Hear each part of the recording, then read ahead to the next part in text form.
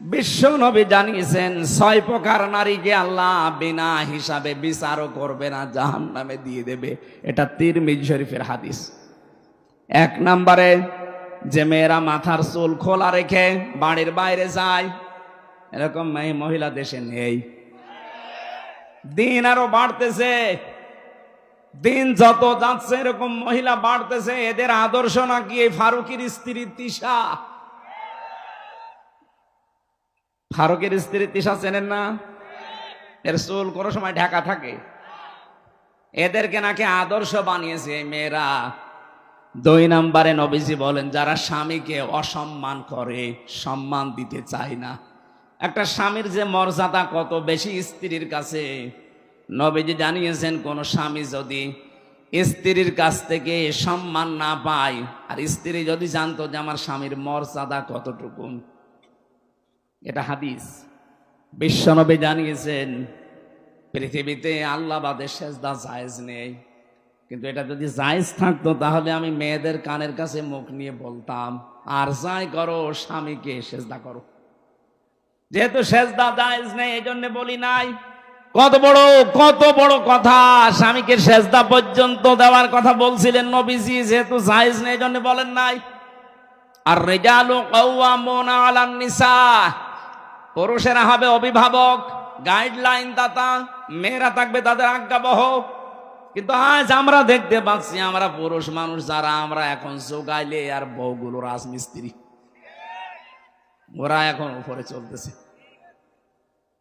3 নম্বরে বেশি স্বামীকে বাদ দিয়ে যারা দেবরের সাথে হাসি তামাশা করে, এই এলাকায় সব নেই। সাবধান, জাহান্নামী হওয়ার জন্য এটাই যথেষ্ট। স্বামী বাদ দিয়ে যারা দেবরের সাথে হাসি তামাশা করেন, নবীজি বলেন, সাহাবী প্রশ্ন করলেন, হে রাসূল দেবর সম্পর্কে আপনি কি বলেন? নবীজি বললেন, এ তো একটা মৃত্যু সমান, দেবরকে মরণের মতো ভয় করা লাগবে। আর বলেন না এটা আমার ছোট ভাই, কয়েকদিন পরে দেখছে আল্লাহর রাস্তায় ওর সাথে চলে গেছে। এখানে যে পর্দা করা ফরজ অনেকে মানতেও চায় না, বিশ্বাসও অনেকের হয় না। ও মনে হচ্ছে কত সহজে চলতেছে, অথচ কবিরা গুনাহ হচ্ছে। 4 নম্বরে বেশি অপবিত্র থেকে পবিত্র হওয়ার খবর রাখে না। 3 দিন 5 দিন 7 দিন 10 দিন না, ওর যে 15 দিন চলে যাচ্ছে ওর খবরই নেই।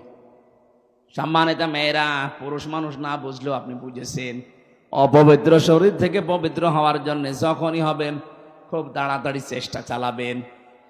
এরপরে বেশি যারা মিথ্যা কথা বলে আর গীবত করে আর কসম দেয়, এই 3টা সবচাইতে বেশি।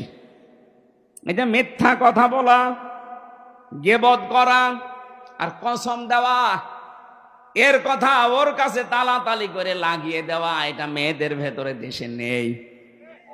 আরো জোরে বলেন। সম্মানিত মা বোনেরা, কারো ভেতরে যদি এই দোষটা থাকে সে যেন এই মুহূর্তে তাওবা করে ফিরে আসে। এই যে তালাতালি করা, এর কথা ওর কাছে লাগানো, ওর কথা ওর কাছে লাগিয়ে মানুষের সম্পর্কে ফাটল ধরায়, নষ্ট করে দেয়। এটা যদি এলাকায় চালু থাকে তাহলে এই এলাকার মানুষের দোয়া কবুল করা আল্লাহ বন্ধ করে দেবে, সে যত বড় হুজুর দিয়ে দোয়া করান। মুসা নবীর জামানায় একবার বৃষ্টি বন্ধ ছিল, চাটিয়াল ময়দানে উম্মতদেরকে নিয়ে তিনি নামাজ আদায় করে দোয়া করলেন, রব্বুল আলামিন বৃষ্টি তো বন্ধ করে দিয়েছো, বৃষ্টি বন্ধ করে দিলে দুনিয়ার কোনো ক্ষমতা নেই বৃষ্টি নাজিল করা, আছে না? قل أرأيتم إن أصبح ماؤكم غورا فمن يأتيكم بماء معين। আল্লাহ পাক বলেন, নবী ওদেরকে বলেন তো পানির লেয়ার যদি আমি কমিয়ে দেই, নিচে নামিয়ে দেই, ওদের কোন বাবা আছে পানির লেয়ার উপরে তুলে দেবে? কেউ পারবে না। বৃষ্টি দেওয়ার মালিক আমি আল্লাযী জাআলা লাকুমুল আরদা ফিরাশাও ওয়া আনজালা মিনাস সামাই মাআ। জমিনকে যিনি বানিয়েছেন বিছানার মতো, আর আকাশ থেকে যিনি পানি নাজিল করেন, এ দায়িত্ব কার?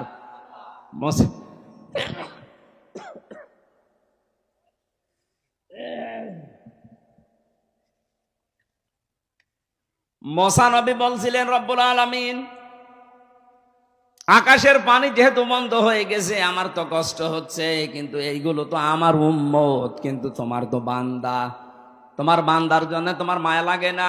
আল্লাহ বলেন মায়া লাগে, তাহলে বৃষ্টি দাও না। বলে না, এ কথা শোনা যাবে না, মায়া লাগে কিন্তু আমি বৃষ্টি দেব না। হযরতে মুসা নাছড় বান্দা ছিলেন, কারণ আল্লাহ তার সাথে কথা বলতেন কালিমুল্লাহ। আল্লাহ মাঝে মাঝে বলতেন, মুসা আমি তোমাকে আমার নিজের জন্য বানিয়েছি, যে তুমি যখন বারবার নাছড় বান্দা বলো না বৃষ্টি দেওয়া লাগবে দেওয়া লাগবে, আমি কিন্তু বিরক্ত হয়ে গেছি, কেন বৃষ্টি দেব, আমি দেব না। মুসা নবী বলে, আল্লাহ এগুলো আমার উম্মত, আমার মায়া লাগছে, কতদিন হয়ে গেল, তাড়াতাড়ি বৃষ্টি দাও। আল্লাহ পাক বলেন, হ্যাঁ আমি বৃষ্টি দিতে পারি, কিন্তু তুমি যাদেরকে নিয়ে দোয়া করছো এর ভেতর একজন নামিমা, তালা তালি করা মহিলা আছে। এই মহিলা যতক্ষণ বের হয়ে না যাবে, তুমি মুসা নবী হওয়ার পরও তোমাদের দোয়া আমি ফেরত দিয়ে দেব, কবুল করব না। হযরতে মুসা এমনি রাগান্বিত রবি ছিলেন, রাগ হলে তার টুপি দিয়ে চুল খাড়া হয়ে বেরিয়ে যেত। ডাক দিয়ে বলে, মাবুদ তুমি শুধু ওই মহিলার নাম বলো, দেখো কি করি। না, আমি নিজেই মানুষের নাম ধরতে নিষেধ করি, আর এখন আমি নিজে নাম ধরবা, তুমি অপমান করবা তারে। হযরত মুসা বলে, আল্লাহ আমি তো আর জানি না মানুষের মনের খবর, আমি কি করে জানবো বলেন। আল্লাহ পাক একটা বুদ্ধি দিলেন, কাজ করো, চাটিয়াল ময়দানে গিয়ে উম্মতদেরকে তওবা করাও, ওরা যদি খাস নিয়তে তওবা করতে পারে, আমি আল্লাহ ওদেরকে মাফ করে বৃষ্টি দিতে পারি। মুসা নবী এসে ডাক দিলেন, আমার উম্মতেরা, এখানে একজন মহিলা আছে তালা তালি করা, মানুষের কথা লাগিয়ে বেড়ায়, কিন্তু কে আছে এটা আমি জানি না, তবে আছে। সে যতক্ষণ এখানে থাকবে কারো দোয়া কবুল হবে না, দয়া করে সে যেন বেরিয়ে যায়, অথবা আমি এখন তাওবা করছি, আমার সাথে সবাই যেন মিলে তাওবা করে। তিনি তাওবা পড়ালেন। তাওবা মানে আমাদের মতো যে আস্তাগফিরুল্লাহ রাব্বি মিন কুল্লি যামবি না, আমরা তো এটা বাক্য পেয়েছি, চামড়ার মুখ পেয়েছি, অহরহ বলতে থাকছি, কিন্তু তাওবা আর ইস্তেগফার এক জিনিস না। আপনি ইস্তেগফার পড়েন সব সময়, আস্তাগফিরুল্লাহ আস্তাগফিরুল্লাহ আস্তাগফিরুল্লাহ পড়তে থাকেন, আপনার জীবনের গুনাহগুলো মাফ হবে, ওইটা যেটা আল্লাহর সাথে সম্পর্কিত। কথা বুঝতেছেন না? আপনি বলছেন তাওবার ইস্তেগফার এক জিনিস না, দুইটার অক্ষরও এক না। তাওবার ভেতরে যেই কয়টা অক্ষর আছে, ইস্তেগফারের ভেতরে ওই অক্ষরগুলো নেই। কথা বলছেন তো? তাহলে আমরা সব সময় যদি ইস্তেগফার করি, যেমন আস্তাগফিরুল্লাহ, এটা করলে গুনাহ মাফ হবে। কোন গুনাহ? এটা ক্লাস চলছে, কোন গুনাহ মাফ হবে? আল্লাহর সাথে যেগুলো সম্পর্কিত। আপনি নামাজ পড়েননি, হয়তো আল্লাহ মাফ করে দিলে দিতে পারে, না শাস্তি দিলেও দিতে পারে।